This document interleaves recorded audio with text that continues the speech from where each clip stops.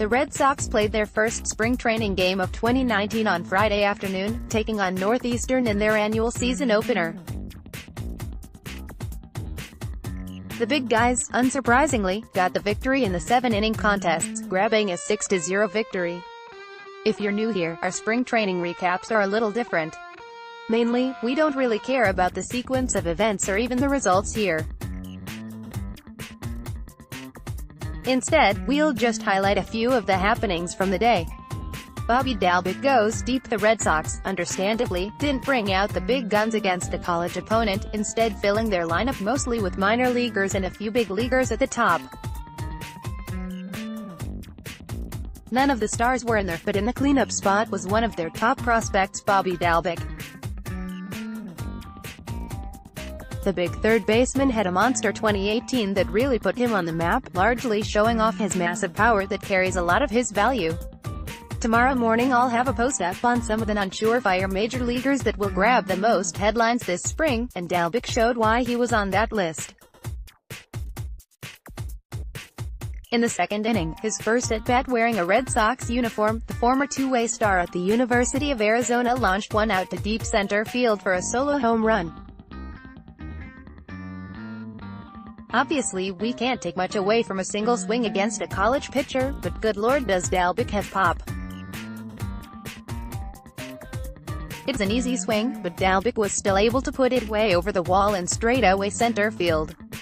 Power brings attention, and Dalbec has plenty of it. He also got hit by a pitch in his other at-bat, and scored another run. His defense is strong at the hot corner as well, though he did have a throwing error. Darwin's own Hernandez makes a splash. Mike Shawaran got the start for the Red Sox against the college kids, and the potential mid-season depth option made the most of the opportunity in front of the big league coaches. The righty pitched 2 scoreless innings to kick off the game, allowing just a single while striking out 2.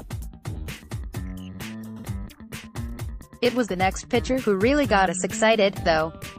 Another one of the organization's top prospects, Darwin's own Hernandez, pitched 2 innings himself.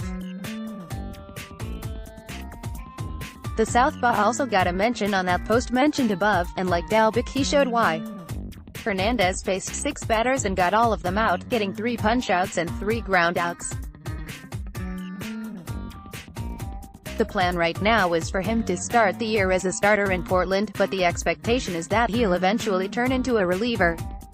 There is still work to be done with his command, but if everything gets figured out there is late-inning potential here. Domingo Tapia and Josh Taylor pitched the last 3 innings.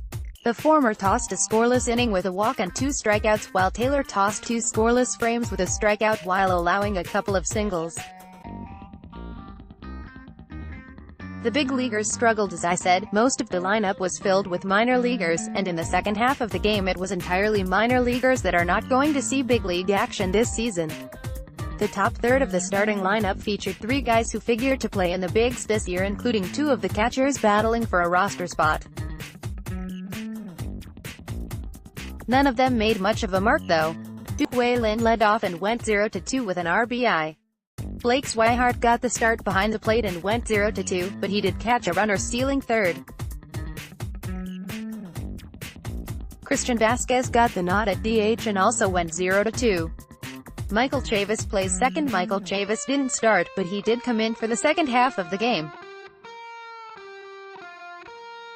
The organization's top prospect by our rankings, at least, went 0-1, but more interesting was the other side of the ball. Chavis came in to play second base despite being a natural third baseman. There has been a lot of intrigue around where he'll eventually play as a major leaguer. I'm not a huge believer in his ability to stick in the middle infield, but the Red Sox are going to give him a shot. Chavis did get 2 chances at the position, making the first play relatively smoothly. On the second, however, he tried to pick up a slow grounder and immediately tagged the runner going for second.